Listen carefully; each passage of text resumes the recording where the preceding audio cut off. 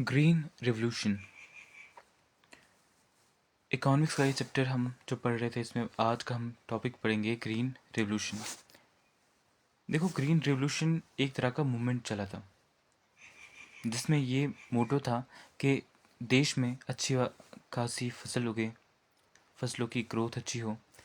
Green revolution is a broad program launch by central government to increase the productivity of the agriculture. हाँ, तो central government ने ये programme launch किया था ताकि एग्रीकल्चर, खेती बाड़ी, इसकी प्रोडक्टिविटी को आप इंक्रीज़ कर सको, ज़्यादा इसमें फसलें उगा सको। The program was primarily started in Punjab and later extended to other states of India.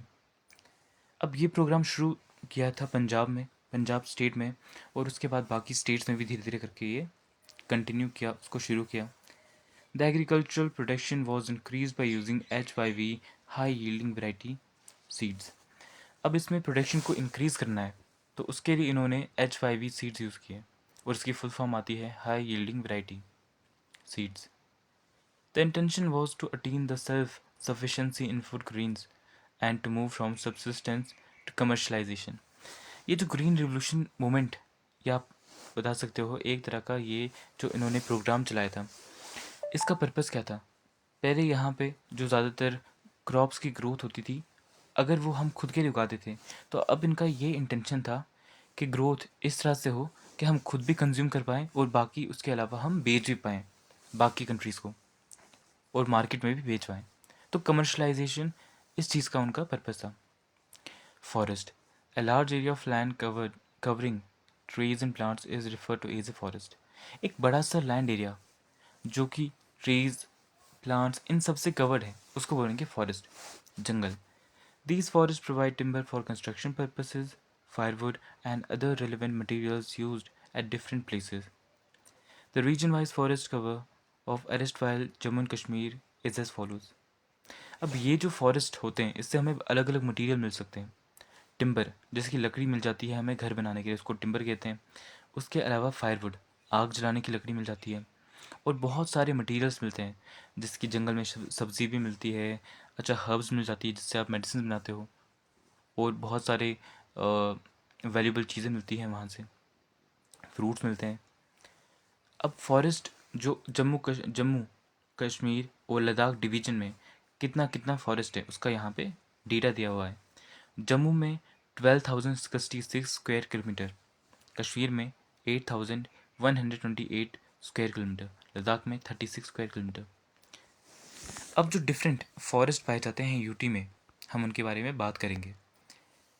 The Jammu sorry, the forests found in lower areas of Jammu are called subtropical dry deciduous forest। अब जम्मू के जो लोअर पार्ट्स हैं, lower areas हैं, उनमें जो forest पाया जाता है उसे कहा जाता है सब ट्रॉपिकल ड्राई डेसिडियस फॉरेस्ट। अब इसका नाम को देखो, याद कैसे रख सकते हो। जो जम्मू है, हमारी जम्मू कश्मीर जो है यूटी, ये इंडिया की किस वाली पोर्शन में आती है? सब ट्रॉपिकल रीजन में आती है। इंडिया अगर आप देखोगे ना ट्रॉपिकल जोन्स के हिसाब से, तो दो में डिवाइडेड है। एक सब ट्रॉपिकल जो नदन वाला साइड ज़्यादातर आता है, नदन वाला, नॉर्थ ईस्ट वाला, और जो साउथ वाला साइड आता है नीचे वाला, वो आता है ट्रॉपिकल रीजन में। हमारा जम्मू तो सब ट्रॉपिकल में आएगा। उसके बाद यहाँ पे जो फॉरेस्ट पाए जाते हैं वो आते हैं सब tropical dry deciduous forest. The common trees found in area are khair, tahli, kokko, silk tree forest found in. और यहाँ पे जो फॉरेस्ट में ट्रीज पाए जाते हैं, एक का नाम खेर है, एक का नाम टहली है, और कोको, कोको को हम सिल्क ट्री भी कहते हैं।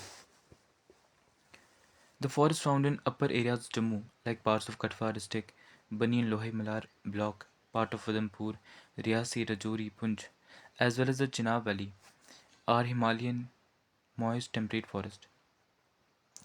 अब जम्मू के जो अपर रीजन्स हैं, कठवा डिस्ट्रिक्ट में बनी, लोहे मल्हार वाले ब्लॉक, फिर उधमपुर के कुछ पार्ट्स, रियासी, रजौरी, पुंछ, और चिनाब वैली के कुछ रीजन्स, इनमें जो फॉरेस्ट पाए जाते हैं उनको कहा जाता है हिमालयन मॉइस्ट टेम्परेट फॉरेस्ट। अब देखो, मॉइस्ट क्यों कहते हैं? क्योंकि इन एरियाज़ में बारिश पड़ती है, तो ये नमी रहती है, इसलिए बोलते हैं moist temperate forest. The common trees found there are deodar, chir extra. अब यहाँ के जो पेड़ है ना, वो अपर रीजन्स में बात की हुई है। पहाड़ों के अपर रीजन्स में जब आप जाते हो वहाँ पे आपको देवदार के पेड़ मिलते हैं, चीड़ के पेड़ मिलते हैं। जो चीड़ के पेड़ से लकड़ी भी आप लेते हो घर बनाने के लिए, अलग अलग यूज़ के लिए। फिर आती है कश्मीर की बात। The forest found in Kashmir valley are termed as Himalayan dry temperate forest. अब कश्मीर रीजन की बात करोगे, वहाँ पे जो फॉरेस्ट पाए जाते हैं, इन्होंने अपर लोअर रीजन का कुछ नहीं बताया, सिंपली ये बताया है कि कश्मीर में जो फॉरेस्ट पाए जाते हैं वो आते हैं हिमालयन ड्राई टेम्परेट फॉरेस्ट। अब यहाँ पे ड्राई यूज़ हुआ है वर्ड, यानी कि थोड़े बहुत सूखे होते हैं फॉरेस्ट वो। The popular tree species found there are as deodar, pine, budul, maple extra. वहाँ पे जो पेड़ पाए जाते हैं पॉपुलर, उसमें देवदार भी आ जाता है, पाइन आ जाता है, बुडल आ जाता है और मैपल आ जाता है। Ladakh. The forest found here are called as forest in cold arid zone. अब लद्दाख के जो फॉरेस्ट वहाँ पे पाए जाते हैं उसको कहा जाता है forest in cold arid zone. अब लद्दाख में अगर आप देखोगे ना, वो बहुत ही ठंडा इलाका थोड़ा सा वहाँ पे कंसिडर किया जाता है और वहाँ पे ठंड भी होती है, तो इसलिए यहाँ के फॉरेस्ट को बोलेंगे cold arid zone forest. These include kikar coal extra. अब इनमें जो पेड़ पाए जाते हैं उनको नाम अगर आप देखोगे, एक एग्जांपल यहाँ पे दी हुई है किकर कुल। अब यहाँ पे जो हमने पेड़ों की एग्जांपल्स ली थी हर एक फॉरेस्ट से, अब ये ज़रूरी नहीं कि इसके अलावा दूसरे रीजन में ऐसे फॉरेस्ट पाए, ऐसे ट्रीज़ पाए नहीं जाएंगे, पाए जाते हैं।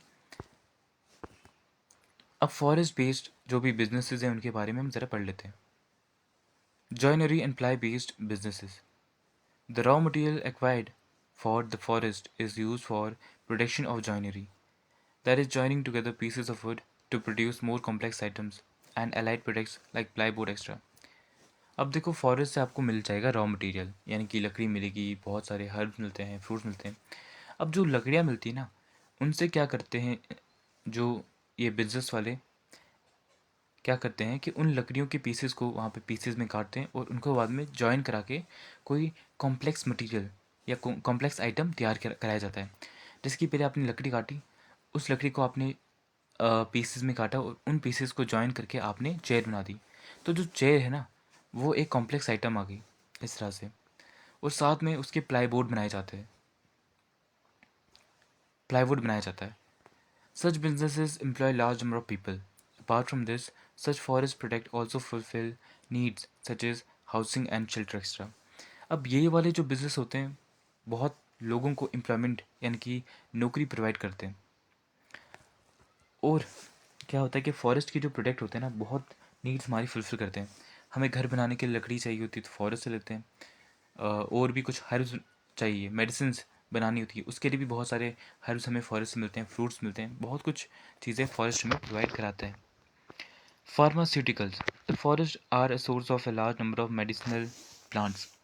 These plants are used in production of medicine for various medical problem. तो ये जो फार्मास्यूटिकल्स ये इंडस्ट्री है ना, इसमें वही बात हो रही है कि फॉरेस्ट हमें हर्ब देगा, उन हर्ब से हम मेडिसिन बनाएंगे और बहुत सारी डिजीज़ को क्योर करते हैं।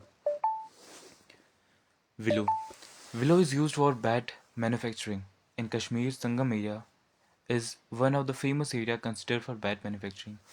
अब जो विलो है ना, ये एक पेड़ का नाम है और ये जो पेड़ है ज़्यादातर इसकी लकड़ी को यूज़ करके हम बैट मैन्युफैक्चर करते हैं। अच्छा माना जाता है कश्मीर में फेमस ये विलो उसी के लिए, बैट मैन्युफैक्चरिंग के लिए। अब कश्मीर में एक एरिया नाम दिया हुआ है जहाँ पे बैट की मैन्युफैक्चरिंग होती है और उस चीज़ के लिए वो फेमस है, नाम है संगम एरिया।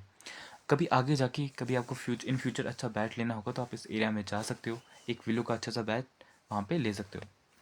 तो अभी अपने टॉपिक को हम यहीं पे रखते हैं। अगला जो ये टॉपिक है रियरिंग लाइव स्टॉक वाला, इसको हम अगली वीडियो में कंटिन्यू करेंगे। Okay bye.